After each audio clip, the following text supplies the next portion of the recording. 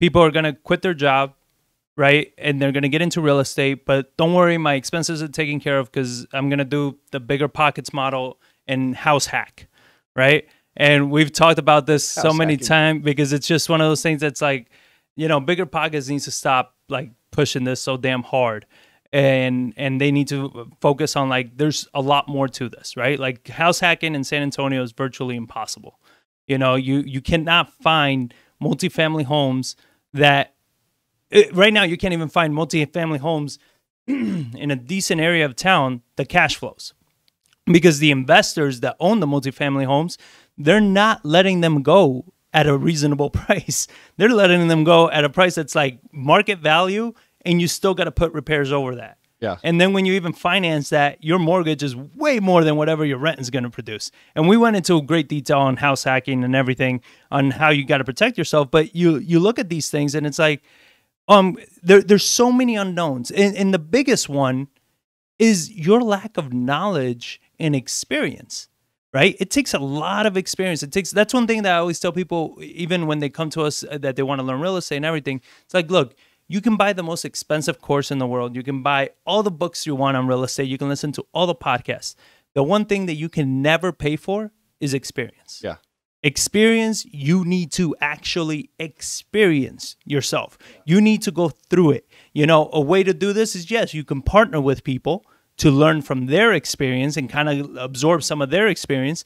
But overall, like you need to put that time in because we always see it time and time again. They get into it, and because they have no experience, they don't know what the hell is going on. And then all of a sudden, it's like, man, I can't find any deals. Man, I can't find a project, or I just lost 40 grand on this last deal. It's like, well, yes, you don't know what you're doing. But I quit my job. Sorry to hear that. Yeah. You understand? Like, I think there's a more cautious way of going about it to make sure that you're not being so ballsy to just, let me quit my job. I have no savings. I have nothing, but I'm going to do it in this industry that I know absolutely nothing about. Yeah. It's like not the right way to approach it. Real estate industry has, I mean, I would love to hear, like, compared to other industries, of like the amount of fluff that is sold in this industry and why that is. There's a lot of what do they sell? They sell the steak, or they sell the sizzle, not the steak, kind of thing. Where like I think there's a lot of that stuff that goes on in real estate towards like the house hacking. Like, why does bigger pockets push it? Because it sells. Because it's like I'm moving to a duplex. I mean, it does. Like, just listen to the pitch. Of course, like, it's like you move into one unit, you rent the other units out, and it pays for you, and you live for free. Like, oh yeah, who doesn't want to do that? The problem is like everybody knows that, so those prices reflect that. And that is what buys those things in. Because it's also like when it comes to like institutional investors or investors, like investors go after multifamily. So those prices get bid up very quickly, and especially in the market right now. Yeah.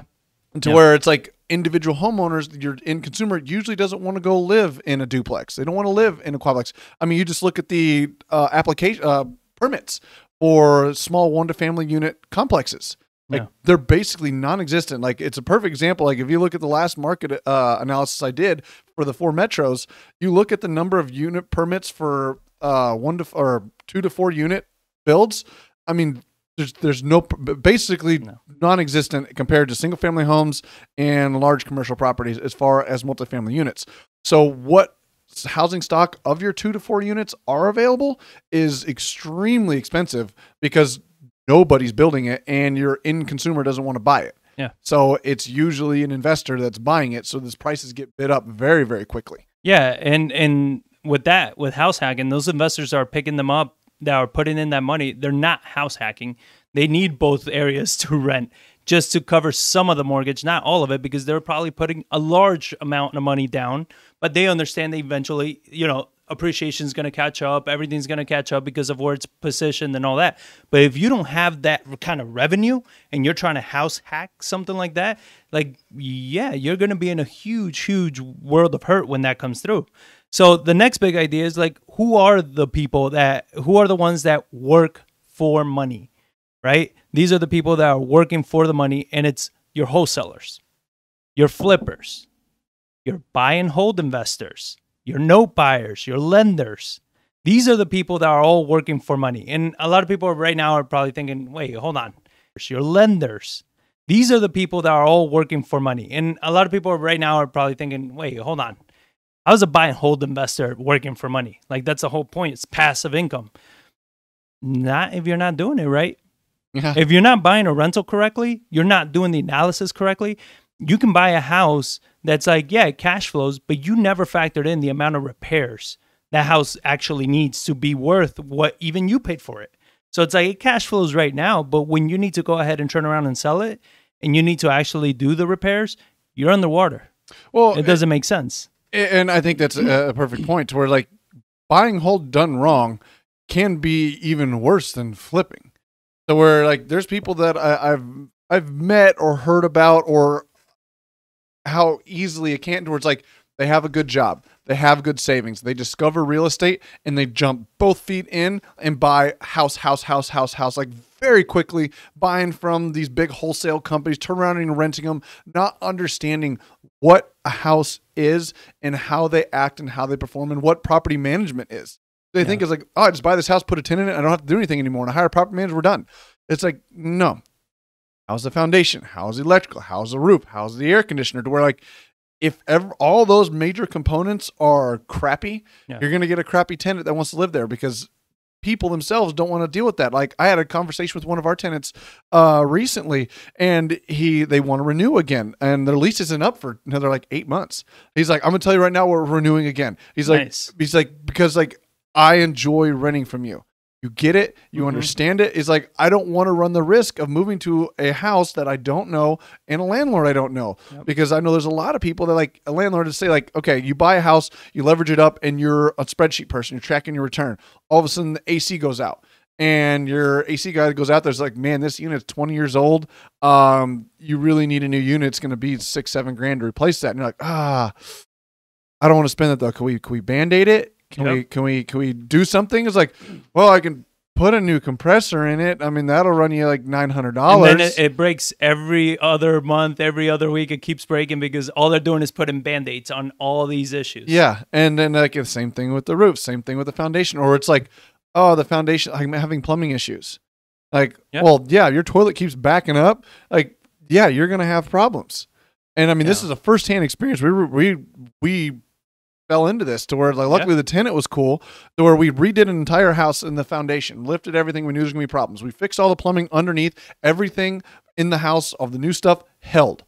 We just didn't check from the exit of the house to the street. We're like, oh, I mean, shouldn't have to worry about that thing. But the plumbing kept backing up. We're like, what is going on?